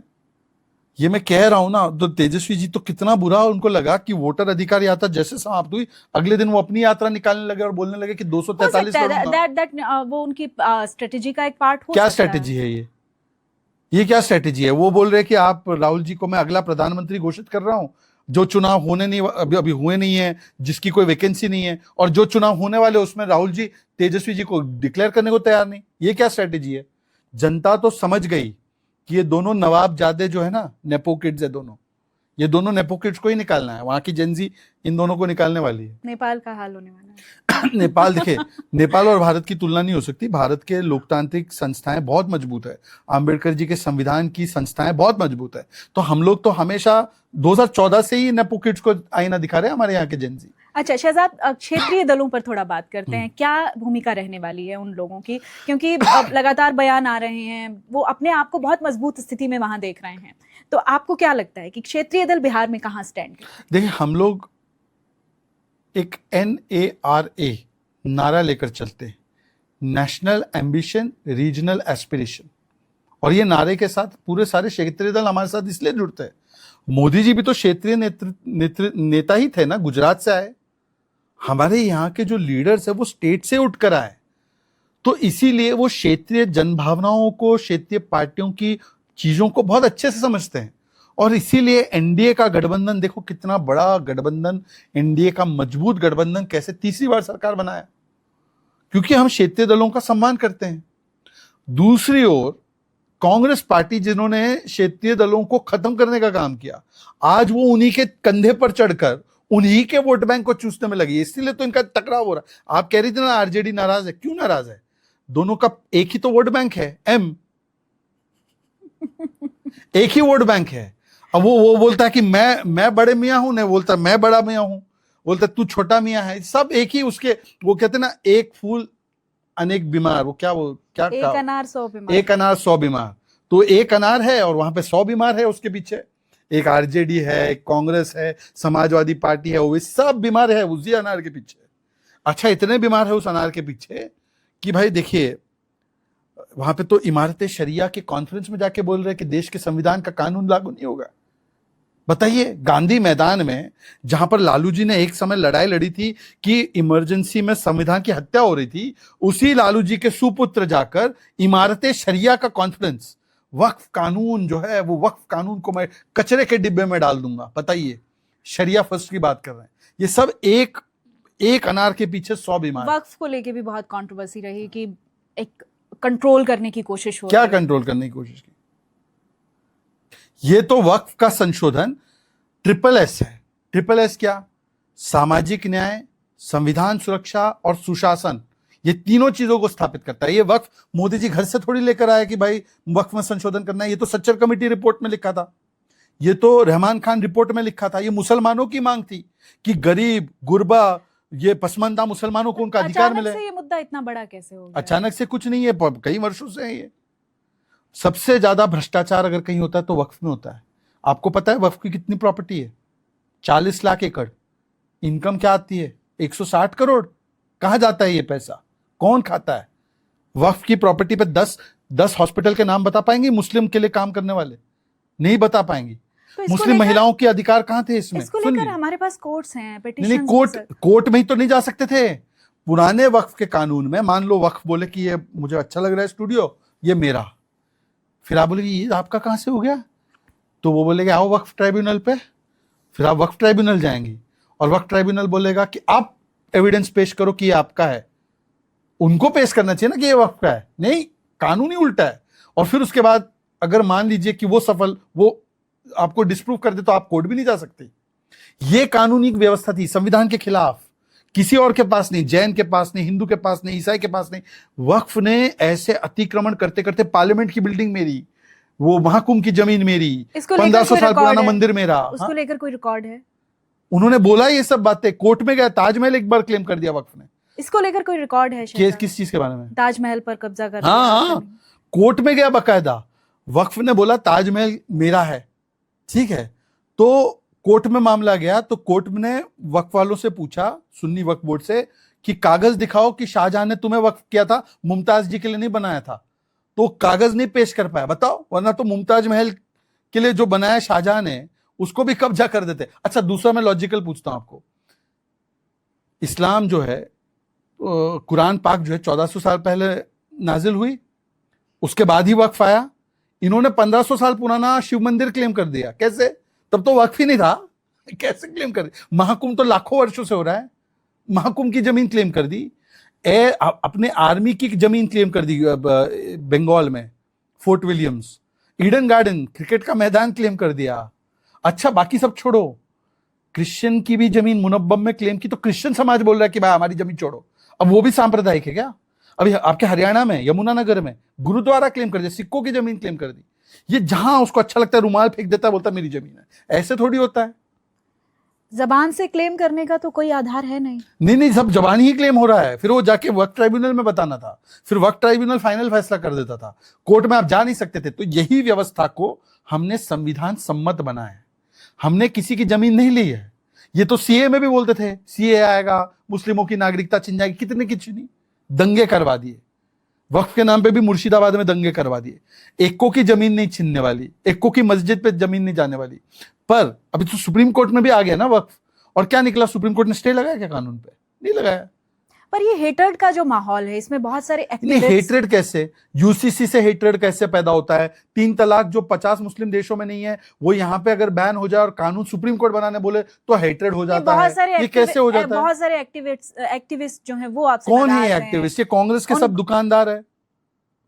और जो मुस्लिम आरक्षण की बात कर रहा है वो नहीं हेट्रेड फैला रहा, जो सनातन समाप्ति की बात कर रहा है वो हेट्रेड नहीं फैला रहा। अगर आप देश की बात कर रहे हैं तो आप जेल में हैं। कौन बात कर रहा है देश की? बहुत सारे एक्टिविस्ट आपसे जैसे एक दो मिला है, नाम लो, मैं जानता हूँ आप जिन किसका पर बात- ट्रायल तक शुरू नहीं जिसका हुआ नहीं है। तो एक का तो नाम लो जिसका ट्रायल शुरू नहीं हुआ, एक का नाम लो, एक से ओनली वन। उमर खालिद। उमर खालिद का ट्रायल शुरू नहीं हुआ तो उमर खालिद के लॉयर्स को पूछो क्यों नहीं हुआ। वो बेल की एप्लीकेशन लगाते हैं सुप्रीम कोर्ट, मैं नहीं बोल रहा, चंद्रचूड़ जी का बयान है, former chief justice of India, इनको तो पसंद भी था। उन्होंने बोला कि उमर खालिद की 15 बार बेल लगी और 15 बार बेल की एप्लीकेशन लगने के बाद वो उसको विड्रॉ कर दिए, और जब भी उनकी बेल हाईकोर्ट तक रिजेक्ट हुई है, हाईकोर्ट ने सारे दस्तावेज और सारी चीजें देखकर बोला है कि he is involve in the 2020 rights और जो उसने बाकी चीजें की हैं, तो कोर्ट उसको बेल नहीं दे रही। और ट्रायल शुरू करना तो कोर्ट का काम है, हमने तो चार्जशीट फाइल कर ली, चार्जशीट फाइल करना एजेंसी और इंस्टीट्यूशन का काम होता है। अब ट्रायल कोर्ट ना करे तो हम कोर्ट को क्या कहें? हम तो चाहते हैं ट्रायल हो, जल्दी से कन्विक्ट हो। लालू जी को कन्विक्ट होने में 34 साल लग गए इस देश में। हम तो भाई चाहते ही हैं कि जल्दी से जल्दी ट्रायल हो, पर उमर खालिद ने देश में ये कहा कि बुरहान वानी मासूम है। अब मानते हैं क्या कांग्रेस वाले इसकी बात को? नेल्सन मंडेला बताते हैं उसको। ये उमर खालिद बोलता है जम्मू कश्मीर आजाद हो जाना चाहिए, ये मानते हैं इसकी ये बात को? या आपकी बात, आपकी दिशा वो सोनम वांगचुक तक ही जा रही है, मुझे पता है। सोनम वांगचुक बोलता है कि प्लेबिसिट होना चाहिए कश्मीर में, आप मानती है इस बात को? आप चाहती है प्लेबिसिट कश्मीर में? सोनम वांगचुक बोलता है कि भाई अगली बार चाइना की आर्मी आएगी तो लद्दाख की नहीं रोकेंगे, उसको सीधा इंडिया में जाने देंगे। ये इस प्रकार की बातें होंगी क्या? और सोनम वांगचुक के बारे में 2007 में कांग्रेस ने बोला है कि ये राष्ट्र विरोधी गतिविधियों में शामिल है। जब 2019 में हमने 370 हटाया और पहली बार लद्दाख यूनियन टेरिटरी बना, उनकी मांग यूनियन टेरिटरी बनने की थी, पहली बार उन्होंने यूनियन टेरिटरी बना, तो सोनम वांगचुक ने तो सेलिब्रेट किया था, बोला था प्रधानमंत्री जी 1989 से हमारी मांग थी, बहुत बहुत धन्यवाद। अब उसकी लैंड चली गई, वो एफसीआरए में वायलेशन करता है, कानूनी कार्रवाई होती है तो दंगे करवाता है, जेल जाता है तो बोलते हैं कि ये देश का एक्टिविस्ट है। ये कौन सा एक्टिविस्ट है भाई? दंगे करवाना एक्टिविज्म है क्या? लोगों को भड़काना एक्टिविज्म है? अरब स्प्रिंग चाहिए आपको देश में, ये एक्टिविज्म है? ये एक्टिविज्म नहीं, एनार्किज्म है। और विदेशी फंडिंग लेकर ये सब करना। पाकिस्तान में क्लाइमेट चेंज में गया था, उसको लेके कुछ प्रूफ्स हैं? प्रूफ नहीं है तो कोर्ट छोड़ देगी। अगर प्रूफ नहीं है तो कोर्ट छोड़ देगी ना। कोर्ट क्यों नहीं छोड़ती इनको? उमर खालिद को अभी तक कोर्ट ने क्यों नहीं बेल दिया? हमने रोका क्या कोर्ट से कि कोर्ट ना दे बेल? ताहिर हुसैन के लिए भी ऐसे ही रोते थे, ताहिर हुसैन मुसलमान है इसलिए उसको पकड़ा गया, ओ हो। ताहिर हुसैन को आज तक कोर्ट ने नहीं छोड़ा है। ताहिर हुसैन पता है ना, दिल्ली दंगों का मास्टरमाइंड, उसने तो फेक वीडियो बनाया था, वो सब हमारी वो LKFC गैंग है, लुटियंस के फैक्ट चेकर, उस फैक्ट चेकर गैंग ने वो वीडियो भी डाला था कि देखो वो बेचारा तो दंगों में नहीं था। अंकित शर्मा को 40 बार गोंद कर मार दिया IB ऑफिसर को इस ताहिर हुसैन ने। इसके लिए आंसू बहाते हैं। हिंदुओं को काफिर बोल बोल के दंगों में मारने का पूरा प्लान बनाया, मास्टरमाइंड था ये। इसको बोलते कि मुसलमान है इसलिए वो, इसको छोड़ो, याकूब मेमन कन्विक्ट हुआ ना तो ये लोग रोने लगे कि मुसलमान है कन्विक्ट हुआ। अफजल हम शर्मिंदा है, तेरे कातिल जिंदा है। कौन है इसके कातिल? सुप्रीम कोर्ट के जज। अभी नक्सली 150 डिस्ट्रिक्ट में थे, अब 15 डिस्ट्रिक्ट में केवल मात्र बचे और नक्सल मुक्त हो जाएगा भारत। तो कल का बयान है, परसों का बयान है, लेफ्ट पार्टी बोलती है नक्सली तो बेचारे हैं, उनके साथ बातचीत कर लो। वो कांग्रेस बोलती है नक्सली शहीद है। ये नक्सलियों ने उनके नेताओं को उड़ाया था, महेंद्र कर्मा से लेकर बाकी छत्तीसगढ़ कांग्रेस को पूरा ध्वस्त कर दिया था ये नक्सलियों ने। इंटरनल सिक्योरिटी थ्रेट बताते थे मनमोहन सिंह जी की सरकार नक्सलियों को। आज नक्सलियों के लिए दिल धड़क रहा है उनका। ये वोट बैंक नीति को राष्ट्र नीति के ऊपर रखते हैं। सोशल मीडिया के जमाने में हम देख रहे हैं कि सोशल मीडिया पर एक तरीके से नैरेटिव सेट हो रहे हैं आज के जमाने में। आपको क्या लगता है कि जो पॉलिटिक्स है और जो सोशल मीडिया, ये दोनों जो ध्रुव अलग अलग हो गए हैं, एक नेता की पहचान यहाँ क्या मायने रखती है? वो कैसे अपने आप को कहाँ स्टैंड करता है? नहीं देखिए, अलग अलग समय पर कम्युनिकेशन का तरीका बदलते रहता है। पहले बड़े बड़े रैलीज होते थे, उस समय पर कम्युनिकेशन के साधन कम थे तो लोग एकत्रित होते थे, बड़ी रैलियां होती थी। फिर टीवी मीडियम और main stream media, TV media का बड़ा दौर चला तो रैलियां का प्रभाव जो है वो कम हुआ। अब सोशल मीडिया के ज़माने में है, जाहिर सी बात है कि लोगों के पास भी इतना समय नहीं कि वो रैली में जमा हो। कम्युनिकेशन के मेथड्स बदलते रहते हैं पर सेंट्रल मैसेजिंग सेम है।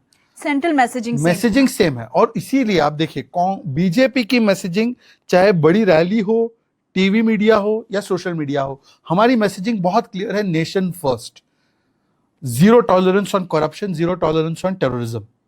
इस बीच एक हल्का फुल्का सा सवाल है मेरा, जी। जितने आपके फॉलोअर्स हों, जितनी आपकी पोस्ट वायरल हो, जितने आप ट्रेंड्स पे चल रहे हो, उतने पॉपुलर आप पॉलिटिशियन माने जाते हैं। सो आपको क्या लगता है कि सोशल मीडिया के जमाने में ये कितना मुश्किल हो गया है अब?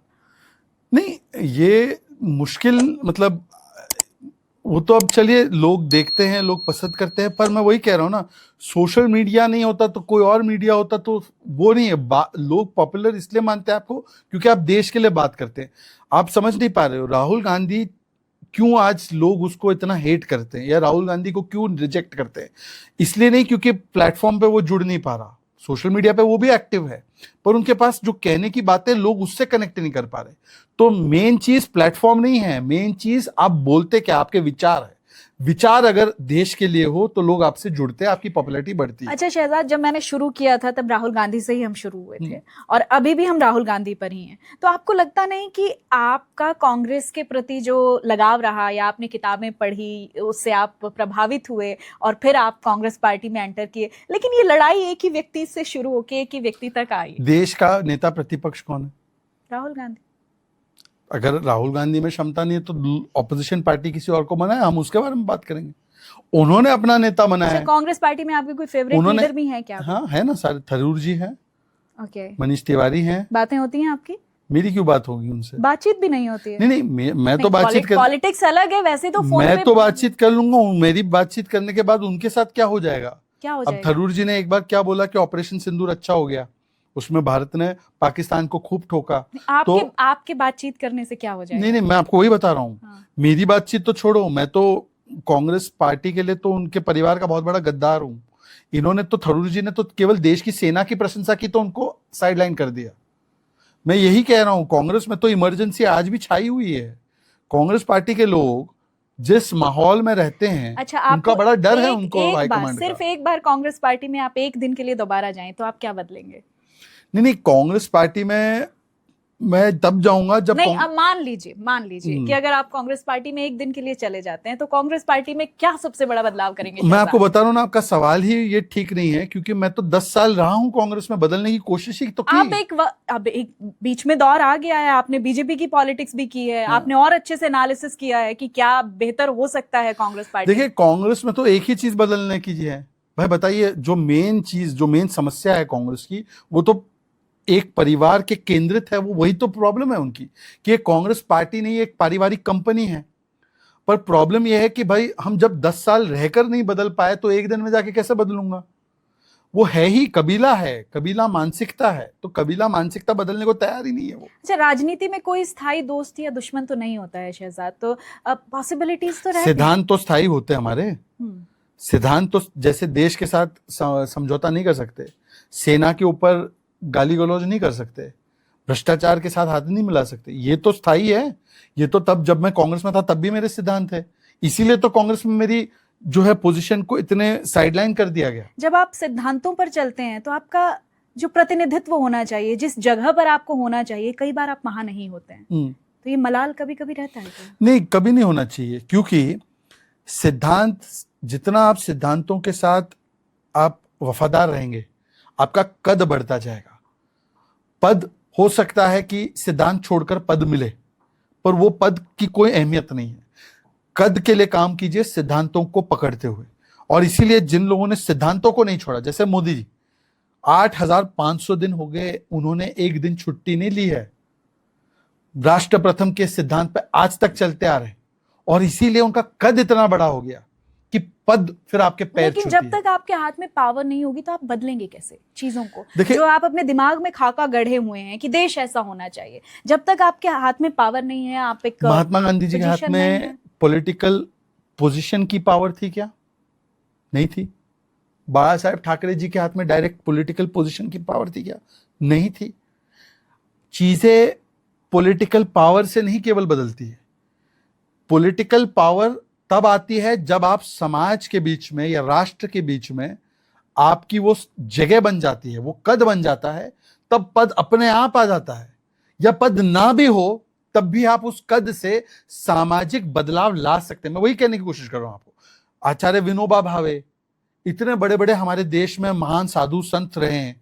पॉलिटिकल पावर की बदौलत समाज में या राष्ट्र का निर्माण नहीं होता। आरएसएस 100 वर्षों की यात्रा, इतनी चीजें उनके खिलाफ झूठ फैलाया गया, पर सेवा, समर्पण, संगठन, संघर्ष करके उन्होंने अपने कद को इस प्रकार से बनाया कि आज वो समाज का एक पर्यायवाची पर राजनीति में सिद्धांत पद नहीं है, कद है। राजनीति में सिद्धांतों की लड़ाई कितनी बची है शहजाद? रातों रात पार्टी चेंज कर देते हैं, टिकट नहीं मिल रही है, दूसरी जगह पर जाकर तो खड़े हो गलत जाते है, हैं। नहीं करना चाहिए। उससे हमारी राजनीतिक जो दिशा है या दशा है वो कहाँ जा रही है? क्योंकि यहाँ सिद्धांत और विचार की कोई बहुत ज्यादा लड़ाई देखने को मिलती कम है। प्रॉब्लम यही है कि हम लोग मीडिया में, क्योंकि मैं भी मीडिया से रहा हूं, हम लोग क्या है ना, हमेशा नेगेटिव की ओर ही देखते हैं, पर हमारे सामने जस्ट कुछ दिन पहले इतना सुंदर उदाहरण है कि 100 वर्षों तक आरएसएस के खिलाफ क्या नहीं किया गया, आरएसएस के खिलाफ कितना दुष्प्रचार हुआ, आरएसएस ने अपना सिद्धांत नहीं छोड़ा। और आज आरएसएस जो एक कमरे से शुरू हुआ था, आपको पता है 1925 में, मैं तो महाराष्ट्र से हूं, हेडगेवार जी और कुछ चंद लोगों ने एक कमरे से आरएसएस को शुरू किया। आज वो देश में 90,000 से ज्यादा शाखाएं चलती है। आपको पता है 50 से ज्यादा संगठन का संचालन आरएसएस करता है। आपको पता है दुनिया का सबसे बड़ा स्टूडेंट मूवमेंट एबीवीपी आरएसएस का, सबसे बड़ा लेबर मूवमेंट बीएमएस आरएसएस का, सबसे बड़ा सोशल ऑर्गेनाइजेशन सेवा भारती आरएसएस का, सबसे बड़ा school organisation Vidya Bharati RSS का, सबसे बड़ा ट्राइबल मूवमेंट एकल विद्यालय आरएसएस का। आरएसएस आज कहां नहीं है, सिद्धांतों को नहीं छोड़ा। तो हम एक उदाहरण देखते कि एक नेता ने टिकट के चक्कर में पार्टी छोड़ के दूसरी जगह चला गया, ठीक है, उसने सिद्धांतों से समझौता किया, पर जिन्होंने नहीं किया वो देखे ना कितना देश निर्माण, व्यक्ति निर्माण, चरित्र निर्माण के लिए लगे हुए हैं और उनको सफलता प्राप्त हुई। विजयदशमी तो वही है ना, अच्छाई की बुराई पर जीत। तो किया ना आरएसएस ने भी, अच्छाई की जीत हुई अंततः। क्या आरोप नहीं लगाया कांग्रेस ने आरएसएस पे? आतंकी संगठन है, गांधी जी को मार दिया, सब कुछ बोलने के बाद, सारा जहर उगलने के बाद आज आरएसएस कहां खड़ा और कांग्रेस कहां खड़ी 100 साल के बाद। Shehzad, your story was different when मैं तो आरएसएस की बता रहा हूं। आपने जब बात की लोकतंत्र की बात करी, कांग्रेस से जब आप बीजेपी में आए तो आपकी एक विचार की लड़ाई थी। हाँ, एग्रीड। विचार की लड़ाई के साथ जब आप आगे बढ़े तो बहुत सारे लोगों ने उसे अवसरवाद की लड़ाई बताते ये अपॉर्चुनिटी देखी। तो वो कहीं ना कहीं जब एक पार्टी में इतने समय तक रह के आप दूसरी पार्टी में स्विच करते हैं तो बहुत सारी तब्दीलियां तो आती हैं। करते हैं लोग। अब मैं क्या बताऊं, कुछ लोग आए थे राजनीति में, वैसे टोपी लगाते थे, हाथ पे लिखते थे मेरा नेता चोर, बोलते थे हम जन लोकपाल लाएंगे, 2 कमरे के कमरे में रहेंगे, गाड़ी बड़ी नहीं लेंगे। समझ गए कि नहीं समझे अभी तक किसके बारे में बात हो रही है? फिर बोला था कि हम जो है सत्ता से दूर रहेंगे, फिर उन्होंने अन्ना को ही छोड़ दिया, लोकपाल छोड़ दिया, झाड़ू छोड़ के दारू पकड़ ली। नहीं, अब तो आप हैं ना दिल्ली में। नहीं, आप समझिए पर किसके बारे में बोल रहा हूँ? हाँ, मैं अरविंद केजरीवाल की तो बात कर रहा हूं। पाठशाला छोड़ के मधुशाला पे आ गए, ठीक है। अब आप छोटा घर छोड़ के शीश महल पे आ गए। तो ऐसे लोग हैं अवसरवादी, उनको जनता दिखा देती है रास्ता। मैं आपकी एक वीडियो देख रही थी, उसमें आप दिल्ली के पोल्यूशन पर बात कर रहे थे, यमुना पे बात कर रहे थे, लेकिन अब तो आप हैं बीजेपी की सरकार। तो काम हो रहा है। तो कितना क्या चेंजेस आप देख रहे हैं? बिल्कुल, आप देखना चेंज होगा। अब इस बार की जो छठ पूजा होगी उसमें ही देखना यमुना जी की स्थिति बहुत बेहतर होगी, आप देख लेना। तो अभी क्योंकि अब 100% अभी तो हमारी सरकार को आए हुए 6 महीने भी नहीं हुए, थोड़ा ही समय हुआ है, पर फिर भी ये एक्सक्यूज नहीं है।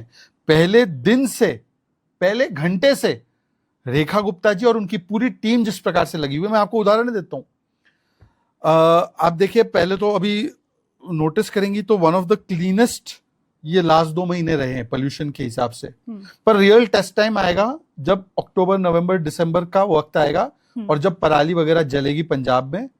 पंजाब की पराली एक मुख्य बड़ा कारण है, पर आप देखना तब भी, चाहे वो पोल्यूशन को लेकर हो, चाहे जो इंटरनल कॉज है दिल्ली के पोल्यूशन का, वो क्या है, व्हीकुलर पोल्यूशन, डस्ट पोल्यूशन, साफ सफाई यहाँ पे होनी चाहिए, ट्रांसपोर्ट, पब्लिक ट्रांसपोर्ट बढ़ना चाहिए, उसके ऊपर लगातार काम किया जा रहा है। इलेक्ट्रिक बसेस आ गई है, मेट्रो का विस्तार किया जाएगा। और अब आप देखिए यमुना जी की सफाई, इन्होंने बोला 5 वर्ष में करेंगे, 5 वर्ष में करेंगे, 10,000 करोड़ घटक लिए इन लोगों ने।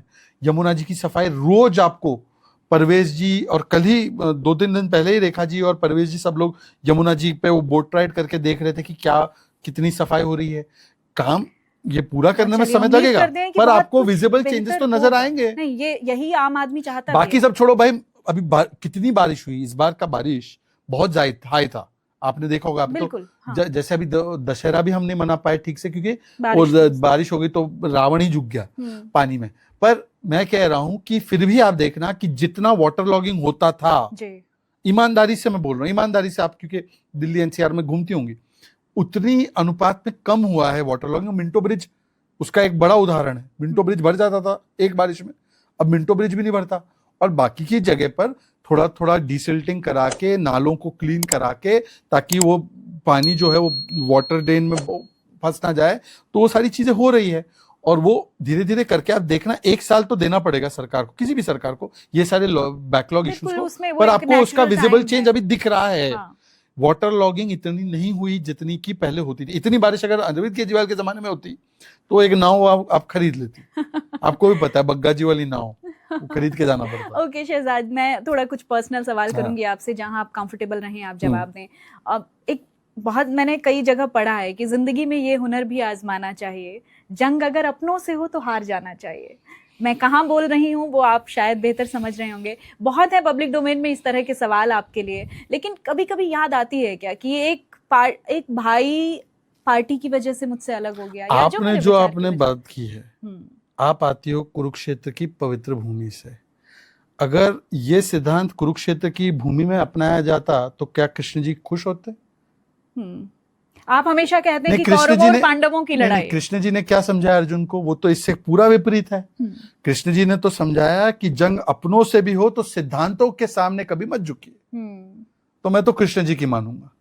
या आप उर्दू पोएट कोट की है, आपको जो उर्दू पोएट को कोट करना चाहे करे, मैं तो भाई कृष्ण जी का भक्त हूं। ये अच्छी बात है, लेकिन बहुत सारे लोग ना मैं थोड़ा, ये पर्सनल सवाल है, मैंने पहले भी कहा कि इमोशनल नहीं, मेरे लिए मेरे सिद्धांत पहले हैं, मेरा देश पहले है। देश हमारे लिए परिवार है, हमारा परिवार कुछ नहीं है। अभी मोदी जी का भी देखिए, मोदी जी प्रधानमंत्री बने, उनकी माँ रिक्शा में जाती थी। योगी जी की बहन उत्तराखंड में, उनकी छोटी सी दुकान है। एक बार रजत जी के शो में, रजत शर्मा जी के शो में देखा होगा। नहीं देखिए, बाकी के माँ बाप उनके जो है भाई बहन, ये एसयूवी में घूमते हैं, बड़े बड़ी गाड़ियों में घूमते हैं। हम नहीं चाहते कि हमारे परिवार के लोग, हम राजनीतिक सत्ता में आए तो क्या हमारा परिवार बेनिफिट करे? ऐसा नहीं होना चाहिए। नहीं, ये अच्छी बात है, लेकिन आपकी जितनी पर्सनल लाइफ को मैंने पढ़ा, जितना जाना, बहुत कम उम्र में आपने सॉरी टू से अपने पिता को खो दिया था। उसके बाद भाई ने आपको बड़ा किया, उनका आपकी जिंदगी में एक कंट्रीब्यूशन रहा है, योगदान तो रहा है, और आप उसको याद भी करते हैं, उसी इमोशन के साथ याद करते हैं। पूरा सम्मान है। लेकिन पर देखिए, मेरे राजनीतिक चॉइस पर, मतलब कि कांग्रेस ठीक से न्याय नहीं कर रही थी डायनेस्टी के मुद्दे पर, बाकी मुद्दे पर, तो मैंने पार्टी छोड़ी या मुझे पार्टी से निकाला गया। ये एक राजनीतिक मुद्दा था। राजनीतिक मुद्दे पर अगर किसी ने पारिवारिक रिश्ता तोड़ा है तो पारिवारिक रिश्ते को राजनीतिक मुद्दे पर नहीं तोड़ना चाहिए। ये ज्ञान मुझे नहीं, उनको देना चाहिए। हम जब भाई बने कुदरत की वजह से, प्रकृति की वजह से, तो वो इसलिए थोड़ी बने दोनों कांग्रेस में थे इसलिए, या दोनों कांग्रेस के सपोर्टर थे। तो अभी मैंने, ये भगवान ने बोला था क्या कि दोनों कांग्रेस सपोर्टर इसलिए तुम लोग भाई है? इंटरव्यू में मैंने आप दोनों को साथ में देखा, तो एक बहुत इमोशनल लगा मुझे। खुद पर्सनल देख के अच्छा लगा कि कुछ इमोशनल बातें आपने शेयर की। तो क्या पॉसिबिलिटी रहती है क्या कि आने वाले समय में हमारे बीच में जो भी मुश्किलें हैं या जो भी बातें हैं वो ठीक हो जाएंगी और हम फिर से एक हो सकते हैं? ऐसी कोई संभावना ऐसा है कि जिस दिन वो परिवार की भक्ति छोड़कर देश भक्ति पे, या देश की साधना में, परिवार की साधना छोड़ के देश की साधना में उतरा है, राहुल गांधी को जो नेपो किड है उसकी नेतृत्व में छोड़कर भारत के जो किड्स है उनकी चिंता करे, तो क्या है हमारे बीच में बैर? कोई बैर नहीं हमारे बीच में। हम तो वही कह रहे हैं ना कि आप एक सन के पीछे लगे हैं, हम भारत के सन्स एंड डॉटर्स को बनाने में लगे हैं। आप एक सन को बनाने के चक्कर में पार्टी का सन सेट करवा दिए। तो यही तो अंतर है। वो भी वफादार है, तहसीन भी बड़ा वफादार है, वो परिवार के प्रति, हम देश के प्रति। हाँ, तो कोई बैर नहीं है, वफादारी में कमी नहीं है, केवल गलत जगह पे उसकी वफादारी। ये जब आप प्रवक्ता अपनी अपनी पार्टी का पक्ष रखते हैं, बड़ा धारा प्रवाह बेबाक बोलते हैं, आप तो बहुत अच्छा बोलते हैं, तथ्यों के साथ सिद्धांत पे जो बोलता है वो सही धारा प्रवाही बोलता है। जो 3000 किलो की गाड़ी, ये शहजाद के ये बॉन्ड झूठ बोलते हैं आपका, या फिर जब आप प्रवक्ता बनते हैं तो अपने आप को ढालते हैं? कहाँ बॉन्ड टैलेंट है? तो राहुल जी तो इतने बड़े परिवार में बॉर्न हुए, उनके पास टैलेंट क्यों नहीं है कोई भी?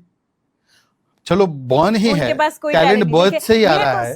ये तो आप एक अलग टैलेंट, आपने बोला बॉर्न टैलेंट है, तो बर्थ से ही आ रहा है टैलेंट। तो उनकी प्रतिभाओं को क्या हो गया? उनकी तो कितना बड़ा परिवार है, कहाँ से मोतीलाल नेहरू, जवाहरलाल नेहरू दिखते हैं अभी। आपको सोते जागते राहुल गांधी दिखते हैं। नेता आप मान रही है कि वो कोई चीज के लायक नहीं, तो उनको नेता प्रतिपक्ष से हटाओ ना। नहीं, वो मैं तो नहीं लोग मान बोल रही, रहे ये आप मान जननायक रहे हैं क्योंकि आप प्रधानमंत्री। एक पार्टी के पक्षधर हैं, मैं किसी पार्टी से बिलोंग नहीं करती हूँ, मेरी मैं अपनी कोई वो टिप्पणी कहते हैं नहीं कि है हम इसको लोग जो है पूरे देश की आवाज राहुल जी है, जननायक है वो ये भी नहीं बोलते कांग्रेस के नायक है वैसे वो खलनायक, पर वो बोलते हैं मैं जननायक हूं। तो जननायक है तो भाई ठीक है, तो हम बात करेंगे उनकी, अगर वो तथाकथित जननायक है। जननायक नहीं है, नालायक है, नालायक है। मैं गाली के रूप में नहीं बोल चलिए, रहा हूं, आपका नालायक है। अपना मानना हो सकता है शहजाद। नहीं जनता भी मानती है, 99 चुनाव आ रहे हैं। ओके, आपके अभी जो आपका रूटीन रहता है, आप लगातार डिबेट्स में बिजी रहते हैं, तो इस बीच आप अपना मी टाइम कैसे बिताते हैं शहजाद? क्योंकि आप बहुत जरूरत होती है हमें भी रिलैक्स होने की, बहुत सारे लोग योगा, मेडिटेशन, अलग अलग प्रैक्टिसेस करते हैं। देखिए मी टाइम क्या है कि अगर आप सार्वजनिक जिंदगी में हैं तो कोई ये वही तो प्रॉब्लम है ना कि लोग राजनीति में आते हैं या सार्वजनिक जीवन में आते हैं और माई सेल्फ, मेरा क्या सोचते हैं। अगर आप सार्वजनिक जीवन में हैं तो मेरा कुछ नहीं होता, सब कुछ समाज और देश का होता है, सब कुछ। पर मेरा लोग नहीं छुट्टियां होता। लेते हैं, अपना समय बिताते हैं घर पे। क्यों भाई? ये इमोशनल डिस्कनेक्ट कैसे हो जाता है आप लोगों का? नहीं इमोशनल डिस्कनेक्ट नहीं, हम इमोशनली जनता से जुड़े हैं। इससे ज्यादा इमोशनल कनेक्ट ही नहीं हो सकता कि एक व्यक्ति अपनी नीड से ऊपर देश की नीड को रखता है। मतलब वो समाज से किस लेवल पे कनेक्टेड है। 8,500 दिन हो गए हैं प्रधानमंत्री को as a chief minister, now as a prime minister. 8,500 days, not one day off. आपने तो कब लिया last of? When you have taken last of? अपने काम में तो कोई ऑफ नहीं होता है एक्चुअली। तो आप अपने काम में ऑफ नहीं लेती हैं। वो देश के काम में 8,500 दिन से लगे हुए हैं, एक दिन ऑफ। और क्यों?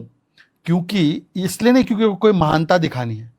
जब आप देश के लिए, सार्वजनिक जीवन में, समाज के निर्माण के लिए, देश के निर्माण के लिए आप अपने आप को झोंक देते, खपा देते हैं, तो ऐसा लगता नहीं कि भाई मैं कोई उपकार भाव से कर रहा हूं।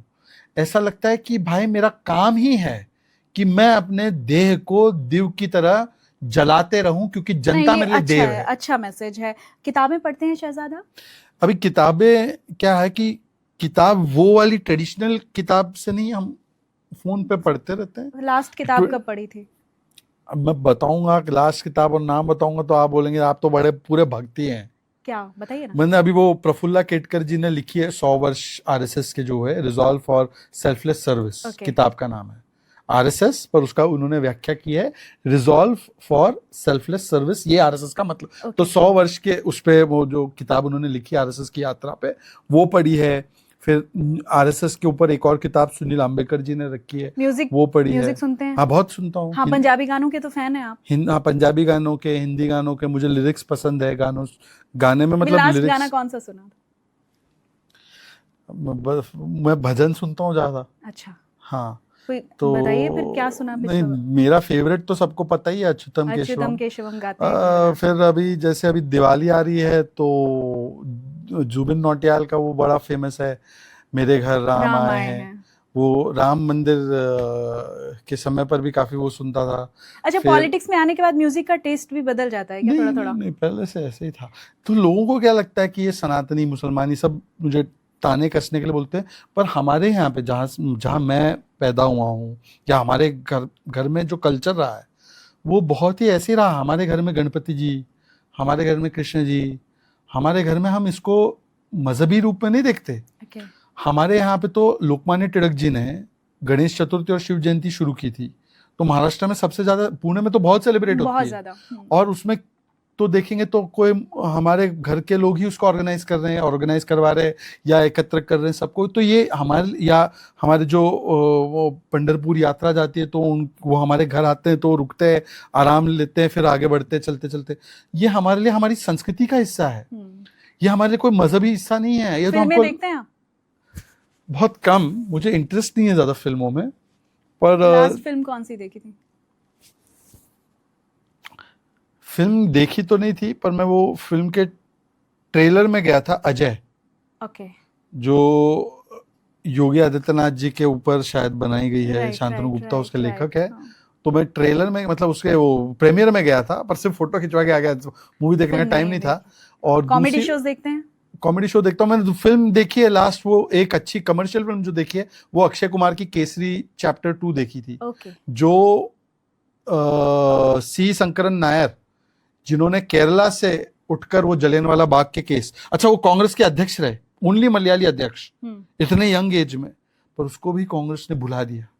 क्यों?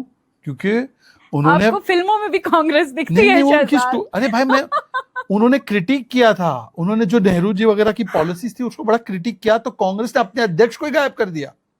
ये है कांग्रेस। मतलब पॉलिटिक्स का चश्मा लगा के देखते हैं क्या? अब मैं फिल्मों क्या में? बोलूं, अब आपको पता था जलियांवाला बाग का केस उन्होंने लड़ा था? जलियांवाला बाग जो मुझे लगता है सबसे बड़ा जेनोसाइडल हत्या तो आप की। कॉमेडी शो में भी कांग्रेस देखते होंगे।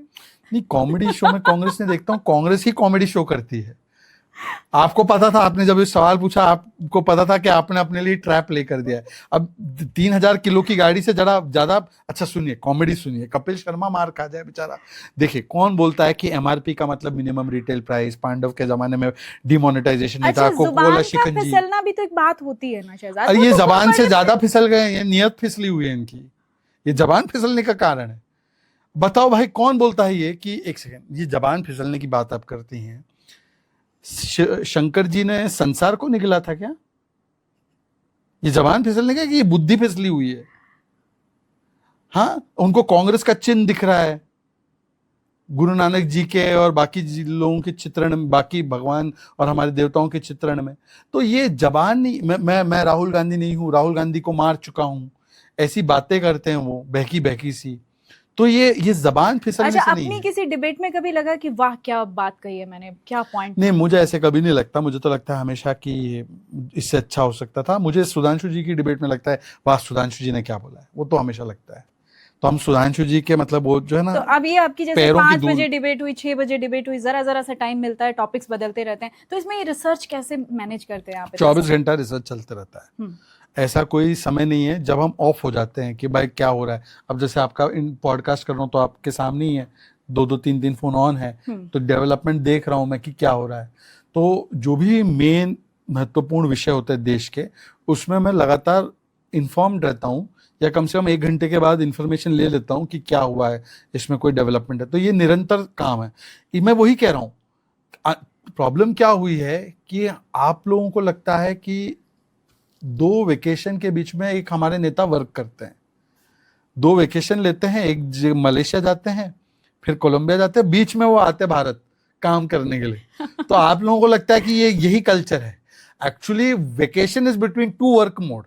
यहाँ पे वेकेशन मोड के बीच में थोड़ा वर्क कर लेते हैं। ओके, ये नहीं होता, ये ऐसे राजनीति भी नहीं होती, सार्वजनिक जीवन में भी नहीं होता। चलते चलते थोड़ा लाइटर नोट पे इसको हम थोड़ा एंड करेंगे। कुछ क्या? गुनगुना दीजिए आप, क्योंकि अब क्या आप गुनगुनाना? भजन बहुत अच्छा गुनगुना रहे थे आप, नहीं, और मैंने सुना भी नहीं, आपको नहीं, गुनगुनाते नहीं। हुए। नहीं, थोड़ा सा तो चलेगा। अब लास्ट हम उसी से एंड करेंगे। अभी तो मैंने कुछ वो भी आपका फेवरेट गुनगुना दीजिए, ताकि हमारे दर्शक भी झूमते हुए बाय बाय बोले। झूमते हुए तो नहीं मैं अब देखिए, मैं गुनगुनाते ये हुए, प्रवक्ता हमेशा देखिए राजनीतिक बात करते हुए देखे जाते हैं, तो थोड़ा अगर आप कोई चुटकुला या कोई गाना गाते हैं तो वो थोड़ा ऑफ बीट लगता है। अच्छा। उसी से एंड करते हैं। ऑफ बीट तो ये मेरे लिए मुश्किल है। मैं ऐसे चुटकुले तो नहीं ज्यादा सुनाता हूँ, वो तो मेरे सारे राजनीतिक चुटकुले ही होते हैं, आपको पता है कैसे निकल जाते हो, वो स्पोर ऑफ द मोमेंट पे निकलते हैं। नहीं, आप एक लास्ट जाते जाते सवाल कि जितने भी प्रवक्ता होते हैं वो अपने ऊपर इतनी मेहनत करके, इतना रिसर्च करके करते हैं, फिर भी पब्लिक का कोई परसेप्शन अफेक्ट करता है आपको कभी कभी कि वो मेरे बारे में क्या सोचेंगे? ये थोड़ी एक कॉमन सी बात नहीं हो जाती? देखिए, कोई भी इंसान जो है, क्योंकि हम दरअसल सामाजिक प्राणी हैं, तो समाज में आपके बारे में जो लोग सोचते हैं या बोलते हैं उससे आप प्रभावित तो होते हैं।